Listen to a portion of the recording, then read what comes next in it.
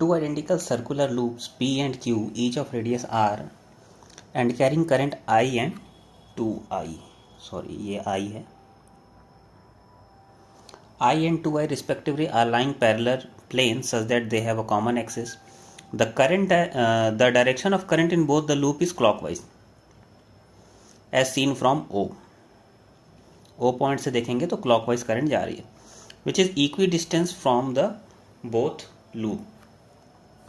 ये वाली distance equi distance है O से लेकर लूप तक की, मतलब P से लेकर O तक की दूरी और Q से लेकर O तक की दूरी R बराबर है.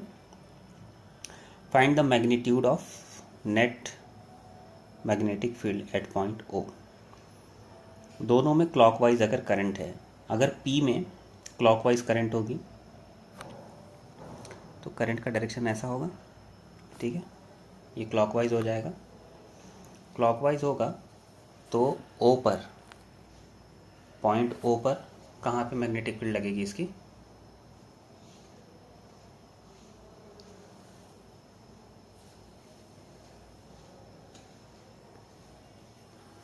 और इसमें अगर क्लॉकवाइज होगा फ्रॉम पॉइंट O से देख रहे हैं और क्लॉकवाइज आ रहा है.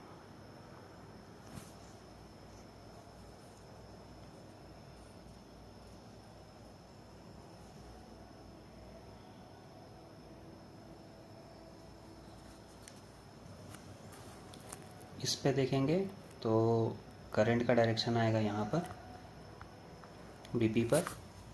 पॉइंट O पर देखेंगे तो वहाँ पे भी डायरेक्शन किधर आ रहा है, इधर BQ पे. इसमें आप राइट हैंड थंब रूल लगाओगे.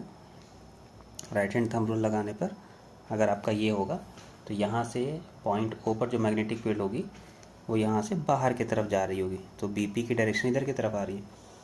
जो सेकंड वाला लूप है अगर उसकी डायरेक्शन देखो तो उसकी डायरेक्शन इधर है, इसकी मैग्नेटिक फील्ड भी इसके तरफ ही डायरेक्ट कर रही है. तो यहाँ पर अगर हमारे पास पॉइंट O है तो हम देख रहे हैं तो यहाँ पे हमारा BQ भी जो है वो इधर ही के डायरेक्शन में जा रहा है. तो दोनों मैग्नेटिक फील्ड हमारी एक ही डायरेक्शन में दिखाई दे रही है. अब अगर दोनों मैग्नेटिक फील्ड एक ही डायरेक्शन में है तो जो नेट मैग्नेटिक फील्ड निकलेगी वो इन दोनों का सम होगा.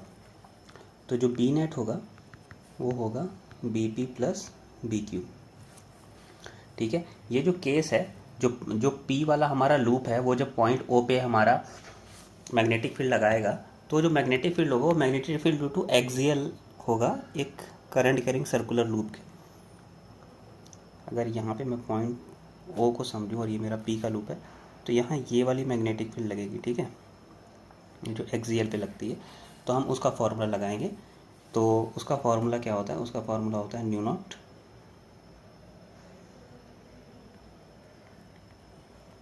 I square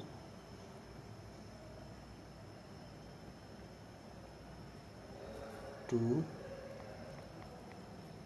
R square plus A square power 3/2. ये डिस्टेंस R होती है, ये डिस्टेंस A होती है. तो ये हमारे पास इसका फॉर्मूला होता है.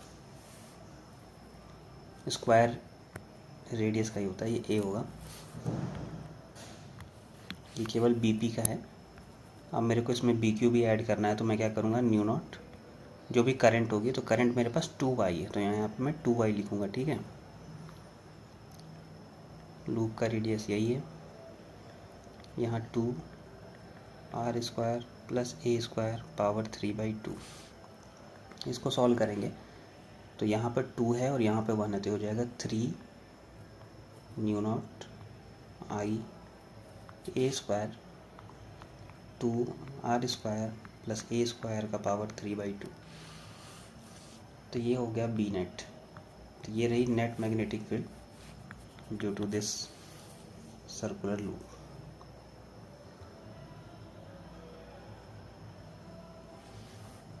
अब नेक्स्ट क्वेश्चन देखते हैं. A proton and a deuteron each moving with velocity v vector enter simultaneously in the region of magnetic field acting normal to the direction of velocity. The trajectory established between them. देखो यहाँ पे यही बात है कि ये आपको ये वाली पॉइंट पकड़नी कि मैग्नेटिक फील्ड जो है वो वेलोसिटी वेक्टर के परपेंडिकुलर है, ठीक है. अब बोल रहे v और b आपस में परपेंडिकुलर है तो अगर तुम सिचुएशन बनाओगे इस तरीके से, डाउनवर्ड मैग्नेटिक फील्ड ले ली। कल ही हमने पढ़ा था कि अगर मेरा वेलोसिटी वेक्टर मैग्नेटिक फील्ड के अगर परपेंडिकुलर आता है तो जो चार्ज पार्टिकल इसके ऊपर जो पाथ फॉलो करता है वो सर्कुलर पाथ फॉलो करता है। अब ऐसा चार्ज पार्टिकल जब यहाँ पर v वेलोसिटी से एंटर करेगा तो जैसे वो मैग्नेटिक फील्ड के अंदर आएगा वो इस तरीके से कर्व पाथ चलना स्टार्ट करेगा, घूमेगा, और पूरा प्रॉपर मैग्नेटिक फील्ड होगी तो पूरा सर्कल भी बना देगा। ठीक है, ऐसा होता क्यों? जैसे ही चार्ज पार्टिकल इस वाले फील्ड पे आता है तो फील्ड पे आने के कारण हम फ्लेमिंग लेफ्ट हैंड रूल लगाएंगे तो फील्ड के अंदर आते हैं, यहाँ पर इसको फोर्स वेक्टर लगेगा इस डायरेक्शन में, वेलोसिटी वेक्टर लगेगा इस डायरेक्शन में, तो दोनों के बीच के रिजल्टेंट पे हो जाता है तो कर्व पाथ को फॉलो करता है। तो ये मेरे पास तो एक डेटा हो गया। मेरे पास दो चीज़ें क्या दे रखी हैं, यहाँ दे रखा है एक प्रोटॉन है और दूसरा ड्यूट्रॉन है। अब इन दोनों के बीच में इनकी ट्रेजेक्ट्री को ट्रेस करना है। Trace the trajectory, establish relationship between two. इनकी ट्रेजेक्ट्री को ट्रेस करना है। ट्रेजेक्ट्री कैसे ट्रेस होगी? जो रेडियस का फॉर्मूला होता है वो क्या होता है? mv/qv। ठीक है, अगर यहाँ से देखें तो क्या क्या कांस्टेंट है, बोल रहा है वेलोसिटी और मैग्नेटिक फील्ड दोनों सेम है। ठीक है, तो ये वाला पार्ट मेरा कांस्टेंट है, तो इस पार्ट को अगर मैं हटा दूँ तो मेरा रेडियस जो है वो प्रोपोर्शनल है मास बाई चार्ज के। अब अगर मैं यहाँ पर दोनों को कंपेयर करूँ, एक प्रोटॉन को और दूसरा ड्यूट्रॉन को, तो मेरे को क्या मिलेगा? देखो, प्रोटॉन हो गया और ड्यूट्रॉन हो गया। ठीक है, प्रोटॉन का मास m, ड्यूट्रॉन का मास 2m, प्रोटॉन का चार्ज q और इसका भी चार्ज q होगा। अब इनको कंपेयर करना है तो इसका r निकालूंगा तो इसका r होगा m/q, इसका r निकालूंगा तो ये होगा 2m/q। दोनों को अगर मैं कंपेयर करूं, अगर मैं यहाँ rd लिखूं और मैं यहाँ rp लिखूं तो साफ दिख रहा है कि rp जो है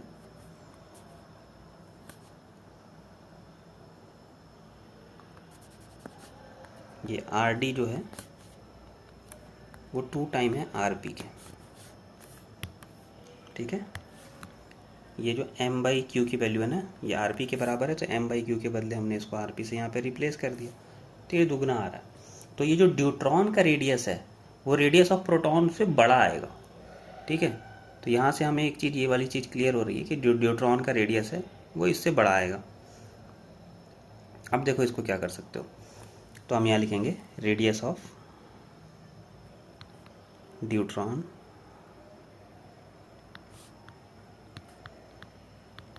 is 2 times greater than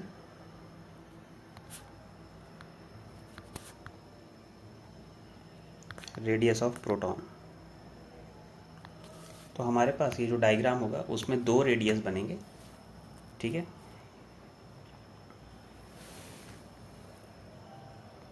इस तरीके से जाते हुए जो अंदर वाला रेडियस होगा, जो रेडियस छोटा होगा वो रेडियस होगा प्रोटॉन का, जो रेडियस बड़ा होगा बाहर की तरफ वो रेडियस होगा ड्यूट्रॉन का। तो ये है ट्रेजेक्ट्री जो हमने इसको ट्रेस कर ली। तो ये आपको डायग्राम बनाकर इसको दिखाना था। अब नेक्स्ट